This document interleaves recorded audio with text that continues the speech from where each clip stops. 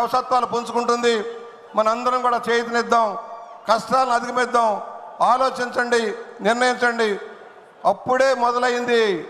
నాగుబాములు బయటకు వస్తూ ఉన్నాయి. చచ్చేదాకా కొట్టాల్సిన పరిస్థితి ఉంది. నాగుబాములు మళ్ళీ బయట తిరగకుండా చేసిన అవసరం ఉంది. జగన్మోహన్ రెడ్డి నాగుబాములు వస్తున్నాయి. సోషల్ మీడియాలో తప్పుడు ప్రచారం జరుగుతుంది. ఖండించండి అని మనవి చేస్తూ ఇవాళ మా అందరికీ ఈ దిశ కల్పించిన నందమూరి తారక రామారావు గారికి ఘనంగా నివాళులర్పించుకుంటూ, అన్న నీ ఆదర్శం, నువ్వు చెప్పిన సూత్రాలు మేము మర్చిపోలేదు, నువ్వు ఇచ్చిన ఆదేశాలు మర్చిపోలేదు. నీతి నిజాయితీగా ప్రజలకు దగ్గరికి పరిపాలనగా ఉండాలి, ప్రజల మధ్య ఉండమన్నారు. మీరు కూడా ఉండాలని కోరుకుంటూ సెలవు. Thank you.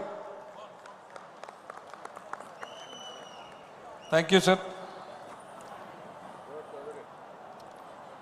తర్వాత మాజీ హోంశాఖ మంత్రులు శ్రీ నిమ్మకాయల చినరాజప్ప గారు ఇదే యుగ పురుషుడి గురించి మాట్లాడాల్సిందిగా ఆహ్వానిస్తున్నాం.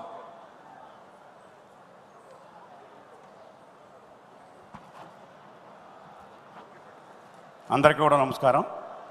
పెద్దలు మన సీఎం గారు చంద్రబాబు నాయుడు గారికి, లోకేష్ గారికి, వేదిక నుంచి పెద్దలందరికీ కూడా నమస్కారాలు తెలియజేసుకుంటూ, కుటుంబ సభ్యులందరికీ కూడా నా నమస్కారం. చాలా సంతోషం.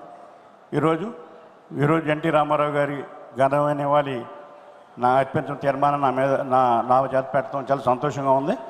ఎందుకంటే ఆయన తోటి పనిచేసిన వ్యక్తిగా నాకు ఈ అవకాశం ఇచ్చినందుకు మరి పెద్దలకు అభినందన తెలియజేసుకుంటూ, ముందుగా చంద్రబాబు నాయుడు గారికి కూడా అభినందన తెలియజేస్తున్నాను. ఎందుకంటే ఎన్టీ రామారావు గారి బర్త్డేని ప్రభుత్వపరంగా చేయాలని చెప్పి నిర్ణయించినందుకు వారికి ప్రత్యేకంగా అభినందన తెలియజేసుకుంటూ, అలాగే ఎన్టీ రామారావు గురించి అందరికీ తెలుసు. మనకి ఎన్టీ రామారావు గారు ఒక యుగ పురుషుడు. ఆయన మకుటం లేని మహారాజుగా సినీ పరిశ్రమలో పనిచేసి ఆయన అనేక సినిమాలు యాక్ట్ చేసి ఆయన పాత్రలు కూడా కృష్ణుడు రాములు పాత్రలు వేసినప్పుడు కూడా ఆ పాత్రలు మనం చూస్తుంటే నిజంగా దేవుళ్ళ ఇలా తెలుగు ప్రజలందరూ కూడా పూజించే పరిస్థితి మనకు తెలుసు. అన్నీ కూడా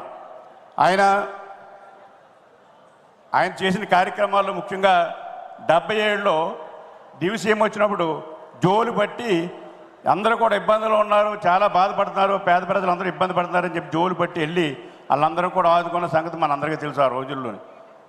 తర్వాత వచ్చినప్పటికీ ప్రజలకు సేవ చేయాలి, ఈ కాంగ్రెస్ గవర్నమెంట్ చాలా దారుణంగా ఉంది, ఆంధ్రప్రదేశ్ పాడవుతుందని చెప్పి ఆలోచన వచ్చి ఆయన ఒక పార్టీ పెట్టి తెలుగుదేశం పార్టీ పెట్టాడు. ఆ పెట్టినప్పుడు కూడా ఎవరు పెద్ద లేకపోయినా అంత యువకులందరూ కూడా ముందుకు వచ్చి కూడా ఉండి మరి ఆయన పార్టీని ముందుకు తీసుకెళ్ళి 9 నెలల్లో ప్రభుత్వం ఏర్పాటు చేయడం జరిగింది. ఆయన ఏదైతే హామీలు ఇచ్చాడో హామీలన్నీ కూడా అమలు చేసే కార్యక్రమం కూడా తీసుకోవడం జరిగింది. ఆయన ఎమ్మెల్యే సీట్లు ఇచ్చినప్పుడు కూడా ఎస్సీలకి, బీసీలకి, చదువుకున్న వాడికి, డాక్టర్లకు, ఇంజనీర్కి, లాయర్కి ఇచ్చి ఇలా అందరినీ